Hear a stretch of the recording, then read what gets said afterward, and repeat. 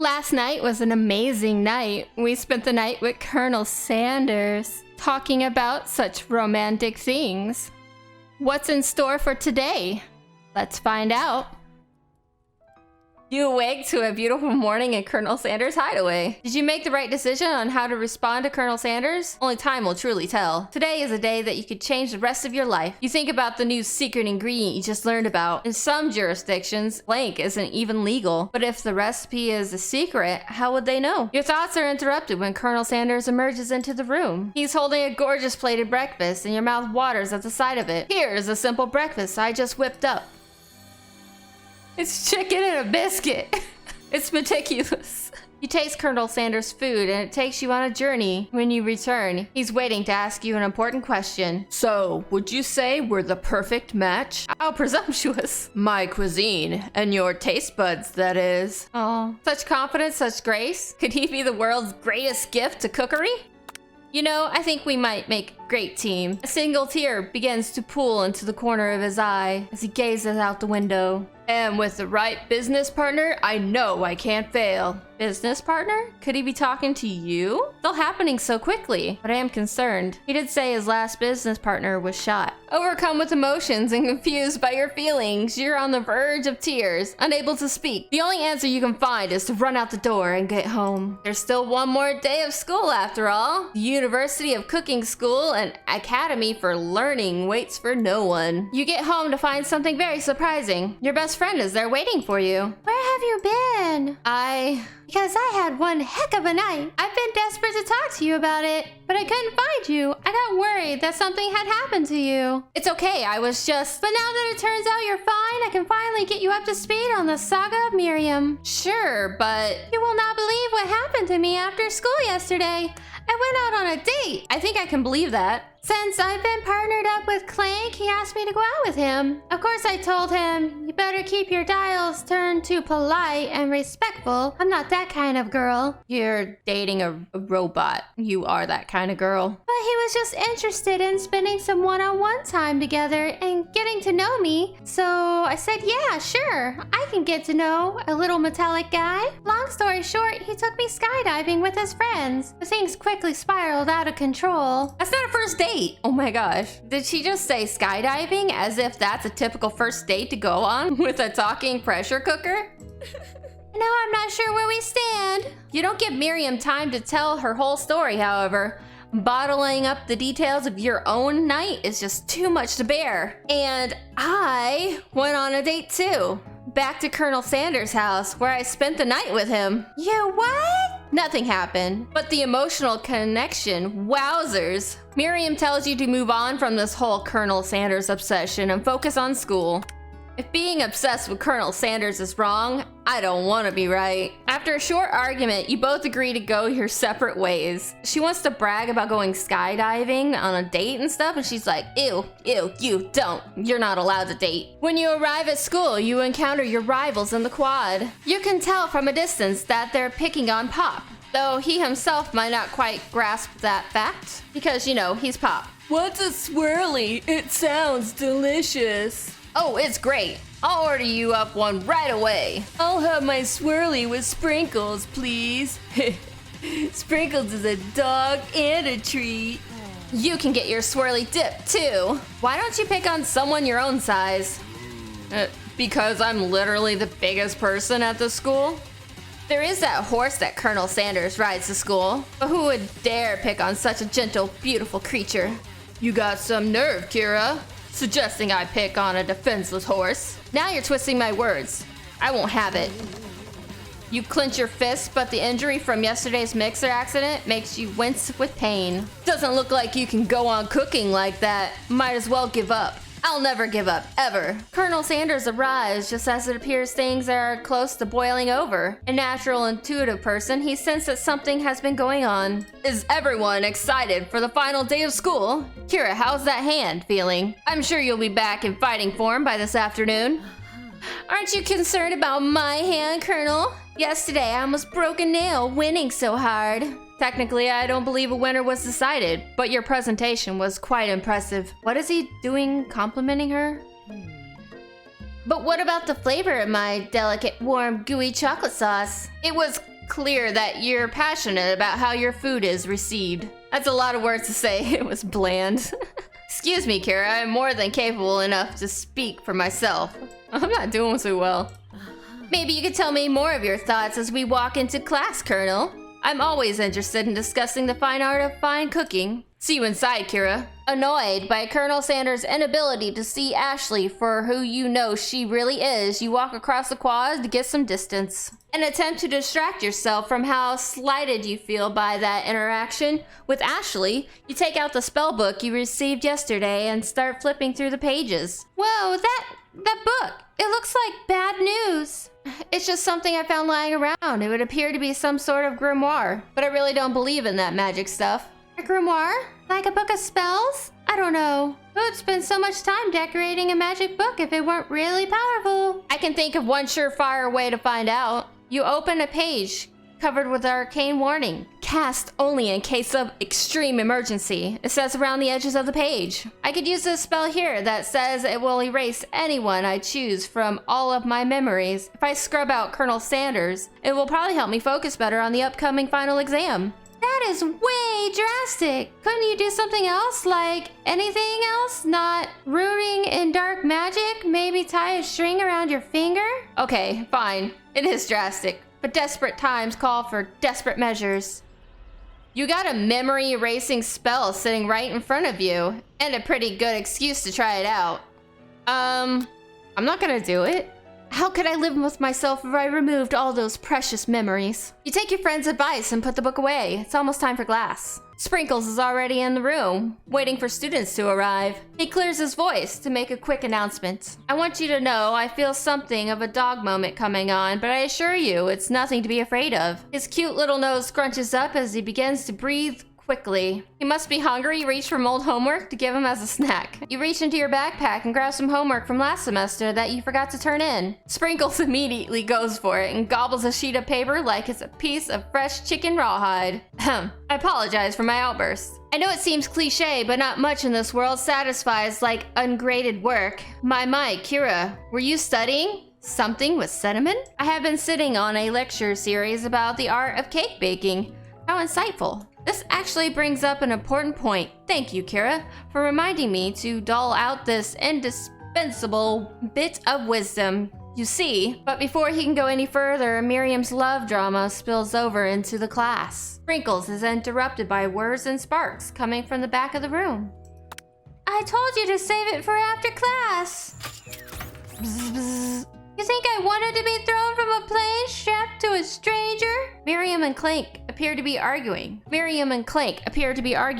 But you haven't learned to speak Clank's language of mechanical noises. But no, you have to show off to your cool kid friends, Jeff and Joan. J&J forever. Watch us form a triangle in midair as we descend. Triangles is the strongest shape, don't you know? Yeah, well, that doesn't make it a great date.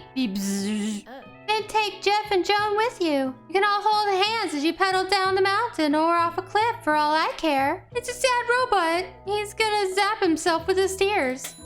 Clank begins to shudder. Steam pours out of the gaps in his panels, and then a loud ding stops him in his tracks. Bzz. Wait, she just kill him? No amount of seasoning is going to make me want to eat that, Clank.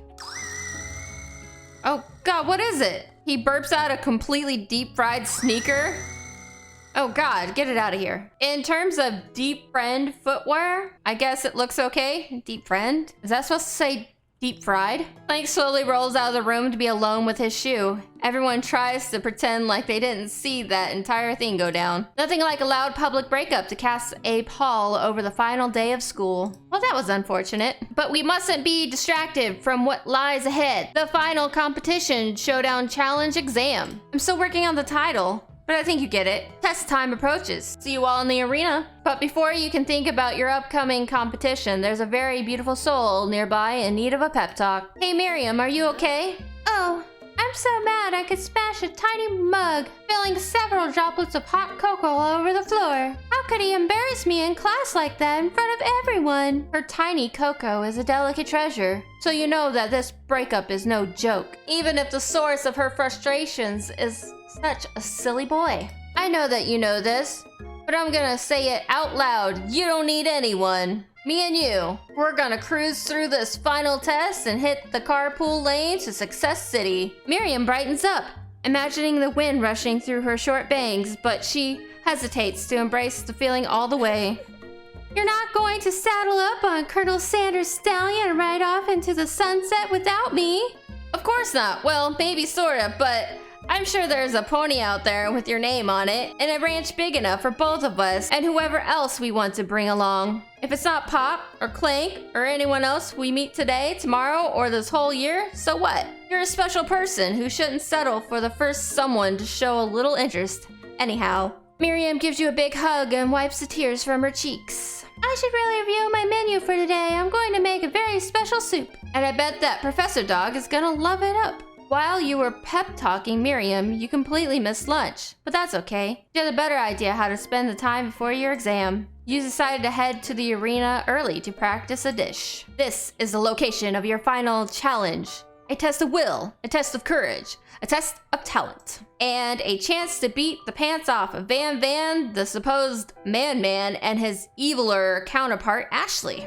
As planned, you begin to run through a quick test of a recipe you've been working on, Kira's famous chicken pot pie. After practicing for months, making this dish comes second nature to you, and you're able to quickly get a fresh pot pie in the oven. But as soon as you do, your cram session is interrupted by Colonel Sanders. Kira, what are you doing here? There's still time before the final exam. Oh, just taking it all in. I'm big into visualizing success. I'm looking at my station and picturing victory. The pot pie has begun to bake, and the smell is slowly filling the space around you.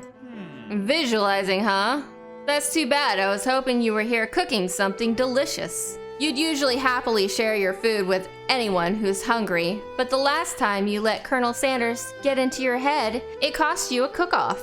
You decide that it's time to put your cooking above your romantic desires, but that decision gets hard to stick to when the oven timer goes off behind you.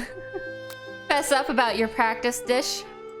Okay, you got me. I was doing a little bit more than visualizing. I know, my nose can smell a pot pie from 400 yards. That's an oddly specific distance, but you'd expect nothing less from such an oddly specific man. You knew it was a pot pie just from the smell? Not just a pot pie, but a chicken pot pie with an all buttery crust. And my nose is telling me something else. Oh no, it's burning. Haha.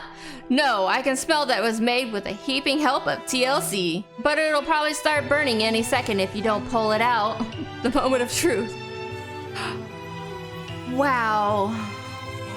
That is the best pot pie I've ever tasted. I've always loved country cooking. I could eat this all day. There's no time left. The final showdown is about to begin. Sprinkles lays down the ground rules. There are no rules. That is, except to cook with everything you've got. You step up for the cook-off of a lifetime. You decide that mac and cheese plus the pot pie you've been practicing are just the dishes that'll push you over the edge to victory. Meanwhile, both Van and Ashley are prepping wildly elaborate dishes per their usual over-the-top selves. Miriam has her giant magnifying glass and several sets of tweezers. She's definitely prepared to go big, going small. Colonel Sanders seems to be harnessing his 11 herbs and spices, but he's trying to find a way to improve on something perfect. His original recipe fried chicken.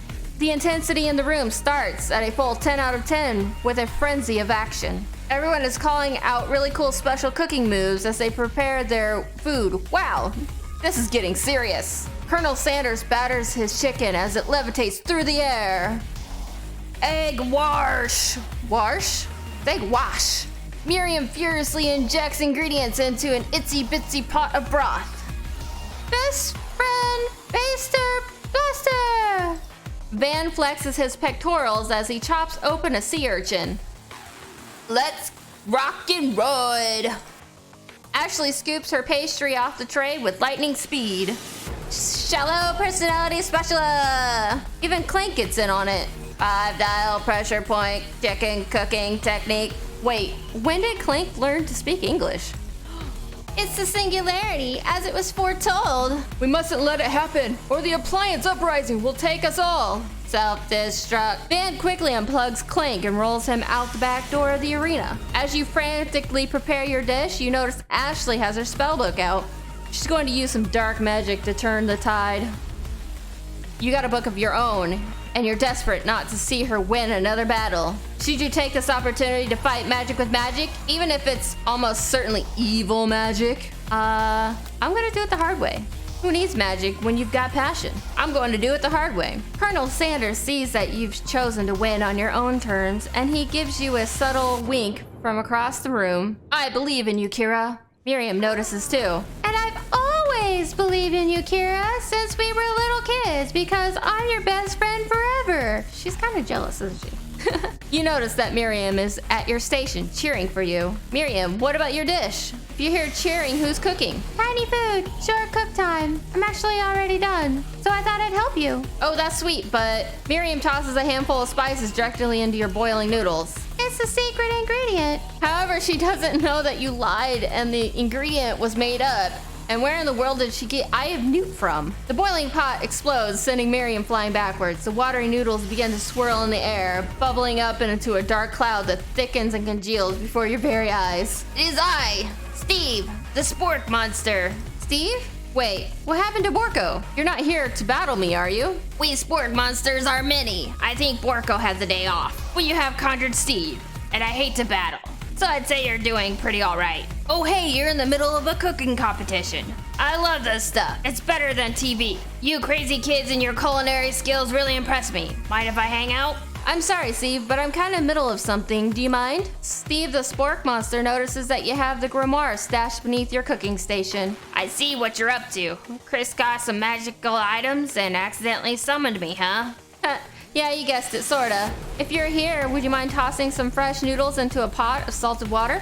I'd love to. I've always wanted to be top chef. Actually, you know, when I was just a little spork pup back in the old country. You can feel Spork Monster winding up to tell you a very long and involved story. You don't know exactly where they came from, but it seems like it was probably lonely there. Actually, you know what? Maybe you should watch from the stands. I really need to focus on this competition. I understand. It's kind of like that time in monster school that I had fallen asleep during scare tactic class, and when I woke up... You toss a serious stare at Steve, and he takes the hint. Never mind, I'll tell you later. Good luck. Having suffered this huge setback, you don't know how you could ever win. You summon extra power from deep down within yourself.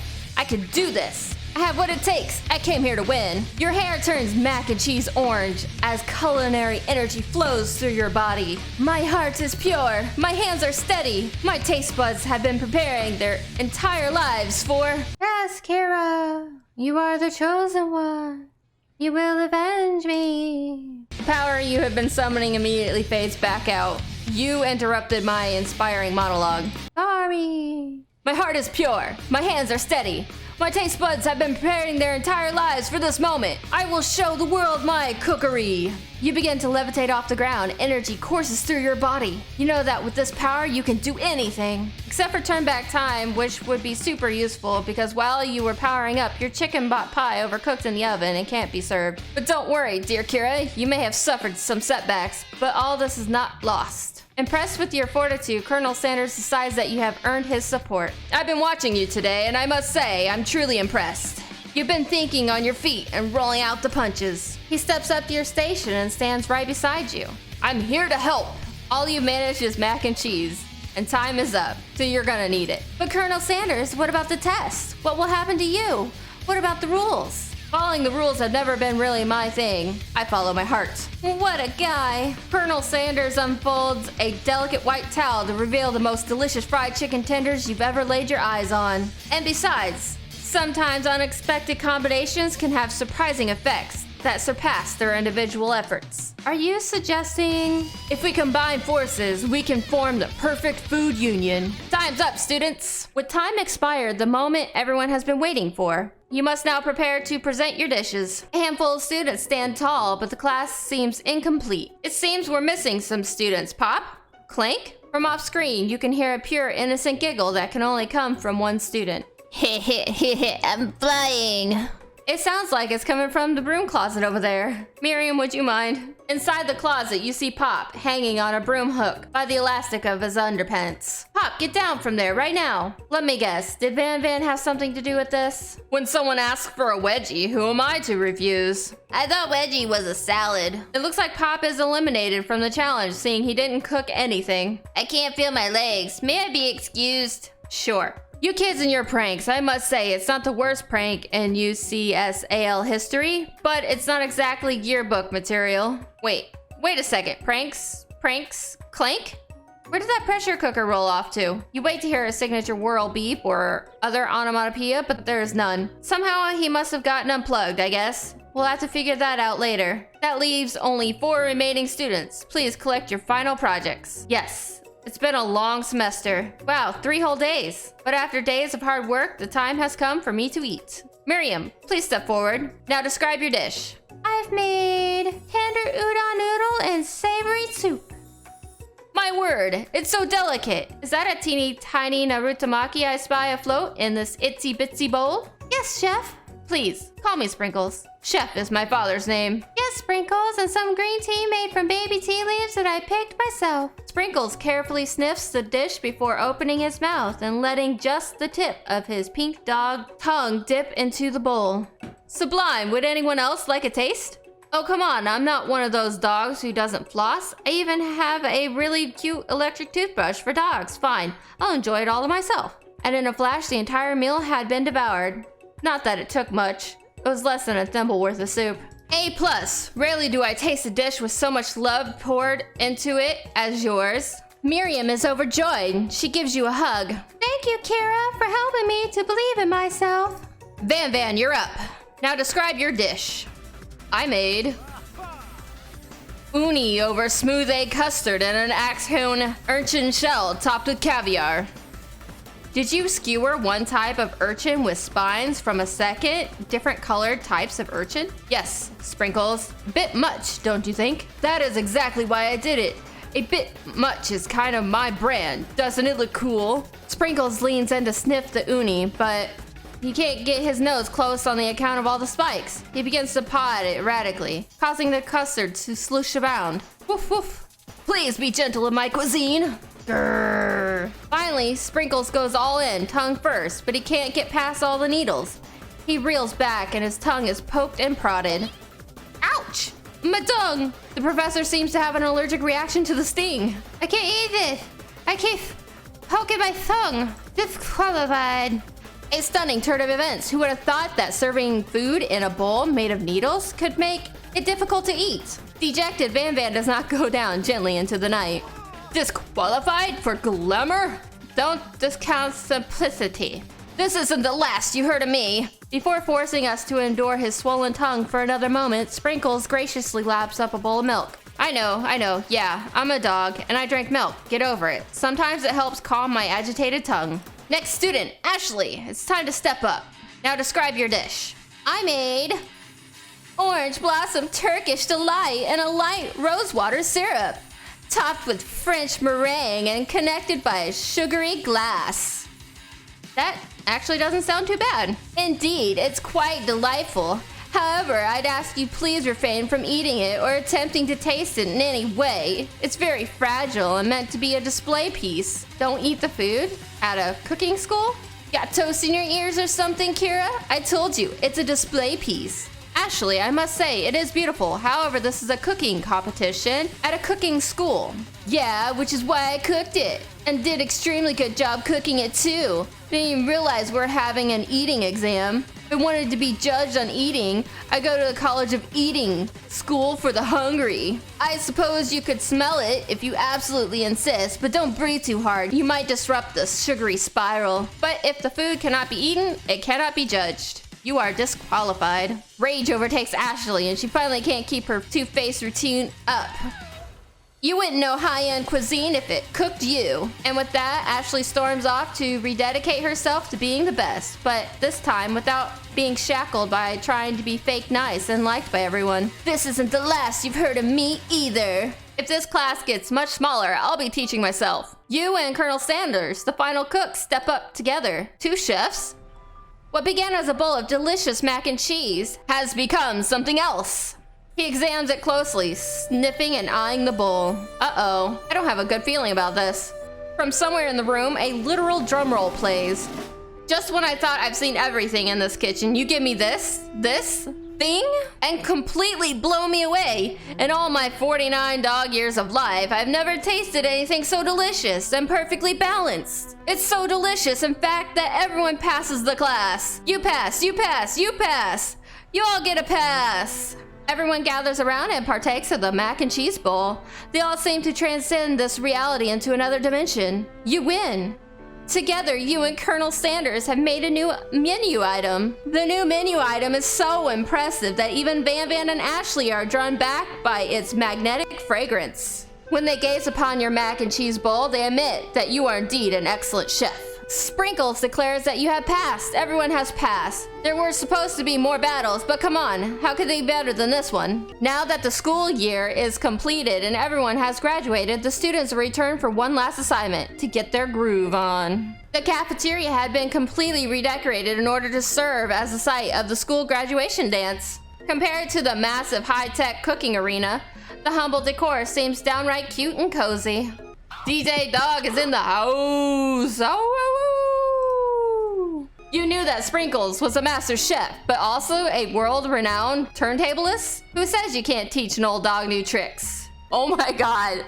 Van Van, you need longer shorts, dude. Van Van and Ashley tells everyone they've committed themselves to righting the wrongs they did while they were villains. For a moment, you actually believe them. Not another haunting. No ghosts allowed at graduation. It's clearly written in the school's bylaws. I was never an actual ghost. It was all a trick just to get you to finally notice me. Oh, amusing.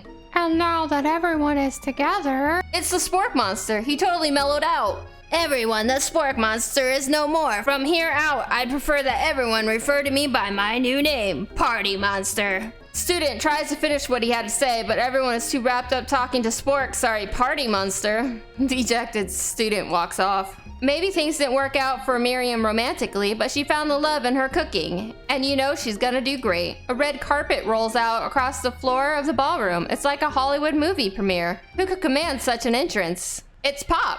He arrived late to the dance, but apparently for good reason. Walking to the carpet, you see perched atop his dirty chef hat. A crown? Welcome back, Pop. I know you weren't able to complete the final exam and accept your diploma, so I had it mailed directly to your father. We figured it was the least we could do for the school's dean. Oh, I get it now. And we get a new wing on the school. Not to mention the honor of educating the son of Chancellor of such and such. The music at the dance is interrupted by sound of sparkling and electrical hissing. It's Clank, who has arrived late to the dance. Now that I have graduated, I can reveal my truth. Whoa, he's still doing the talking thing. I am Clank, and I am not of this earth. I am actually from a faraway planet in another dimension. What? What? I actually feel like I knew this the whole time. Now that I have learned the ways of your kind, I must return. Miriam, will you come with me? I don't know what to say. Besides, no, obviously. I have just begun to learn who I really am. This isn't the time for me to devote my life to figure out who you are, Clank. You're blown away by Miriam's maturity. It's pretty clear she has managed to surpass you in that regard. I understand, kind of. Humans are weird. A portal opens up and Clank disappears through it. Finally, Colonel Sanders arrives. Howdy, classmates. Just like the first day you met him, he has come prepared to feed the entire class. However, it's not enough to just give them a bucket of chicken. This time, it's a full meal. I did not get to be the most famous chicken man in the history of chicken and man by not reminding people to go out and buy my chicken. The end? No, it's not the end. As everyone feasts on their delicious chicken dinner, Colonel Sanders finds you sitting at the edge of the dance floor. Kira, what are you doing sitting all alone? Oh, you know, just waiting for the right person to ask me to dance. I wonder, might you tell me, what are the qualities that you would expect to find in such a lucky person? Off the top of my head, oh, I don't know. A spicy musk, a tidy goatee, and a degree from the University of Cooking School Academy for Learning, just to name a few. It's truly my lucky day. Would you dance with me? Yes, I'd love to. As you glide across the dance floor hand in hand with Colonel Sanders, the future stretches out in front of you. And once my 100th franchise is up and running, I'll be ready to take a day off. And I'll be glad to spend it together with you, Kira. How sweet. We'll work together and play together. Colonel Sanders stops dead in his tracks. Work together? I think this is something I need to do by myself. But who will help you run your restaurants? I don't believe I need help. Besides, based on your time at school here, do you really think running a restaurant is the best path forward? Could it be you found a love connection but failed to earn Colonel Sanders' respect as a chef? Can you live with only half of him? Will you be able to endure sharing him with his other love, the life of an entrepreneur? I suppose I can enroll at pastry school. Oh, my dear Kira, I'm sure that you'll find your place eventually. And along the way, you'll have me by your side. The end. That's it. I failed. Did I fail? Or did I... Aw, I earned his love, but I suck as a chef. Well, there you have it, everyone. I managed to bag the chicken man, but ultimately I failed to impress him as a chef. It was probably on day 2 when I broke my hand in a mixer, and I would go back again, but I'm definitely done with this game. Thank you guys for watching this, and if you'd like to see more dating dumb sim games, please let me know in the comments below. Bye-bye.